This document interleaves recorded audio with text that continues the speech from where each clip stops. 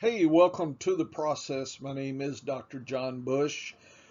Continuing our journey here, lesson 81. Away time of defense versus rushing and passing attempts per game.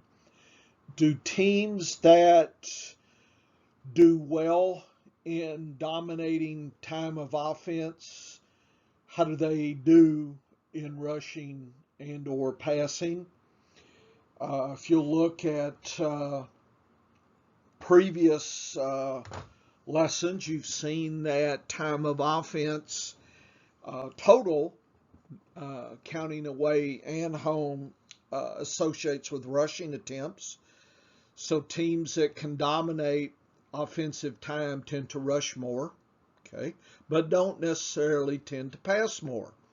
Very intriguing daily fantasy sports, waiver wires, trades, everything you can use that to your advantage. We looked at home time of offense and compared top, above average, below average, and the worst teams in sectors of 8, and looked at rushing and passing and home teams that were in the top 8 in time of offense, dominated in rushing as well, but again, not in passing. So we get the same story again, and they dominated across the board. So that was very interesting that it was better than other 24 teams. So it was clear, hands down, teams that are dominant really turn on that dominance in home games, which probably I understand seems logical. I understand that, but we've got to do the stats, okay? I can't rely on feelings and wishes, okay? And all this is trying to help you win your fantasy football drafts.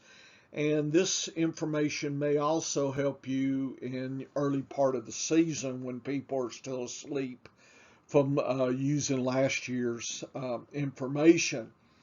With that said, you probably should review last year's time of offense, home, away, and all those data. I believe I've got that coming up, but hopefully I did. If not, I should have, and may have to stick an extra lesson in just to go over that.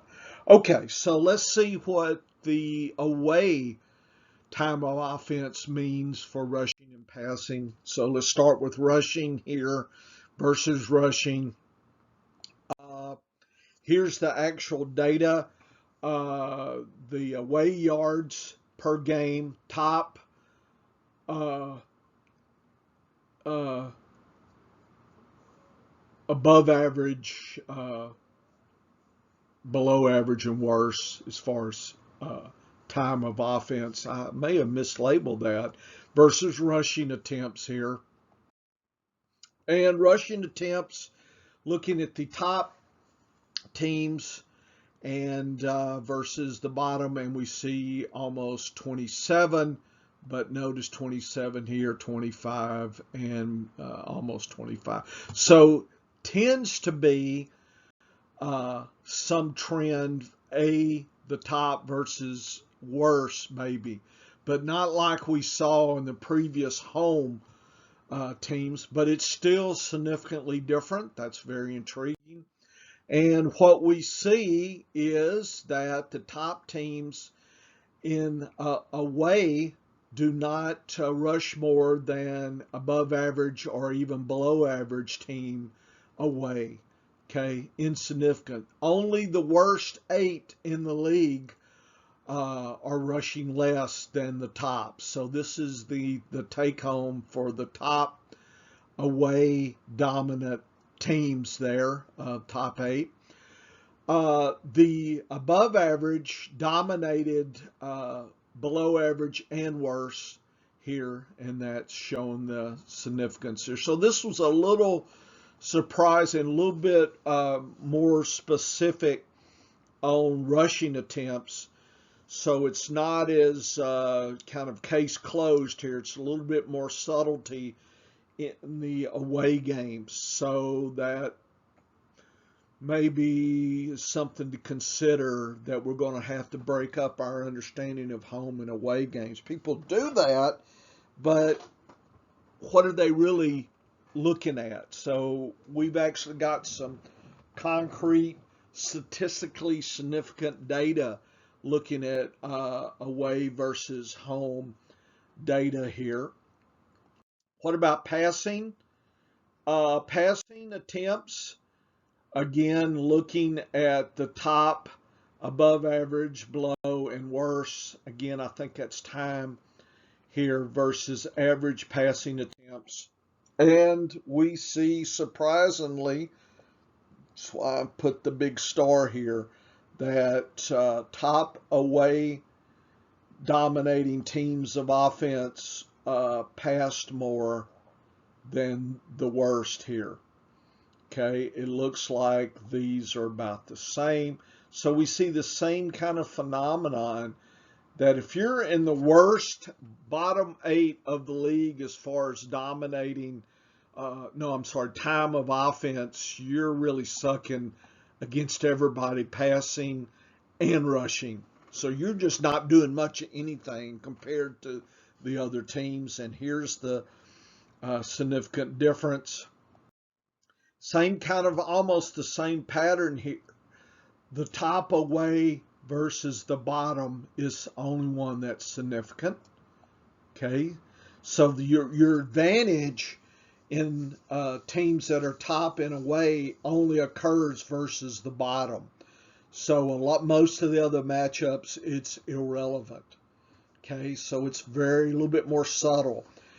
And notice the above average and even below average are better than the bottom away time of offense as well. That would be group D here. So you still see that. So it looks to me like early in the season, it's going to pay dividends to pay attention to time of offense in the home and time of offense in away. And if you're at the bottom 8 after 3-4 weeks, that doesn't say good things at all about your passing and rushing compared to all the other teams. Okay, so could be very intriguing and help you on daily fantasy, waiver wire, and trades and whatnot. People are not even awake to some of this data. So I thought it was very interesting. So we have finished with the home versus the away versus rushing and passing. Really some interesting take-home data. Again, a short lesson, but kind of an intriguing lesson. I would not have predicted passing was different, but it is, versus only the bottom away teams, the bottom 8 that just are not doing anything in offense. They're floundering both rushing and passing, and it's very significant. And I've never seen this out there to say, it's bad or good, but they never ever define bad and good. And we've actually done that here with this data in these 79, 80, and 81 lessons here. So pay attention. I think there's some little tidbits here that can help you out down the road. Okay, this is Dr. Bush for The Process. We got 2 more lessons in this series, and we will continue doing our video lesson here coming up. So come back for The Process.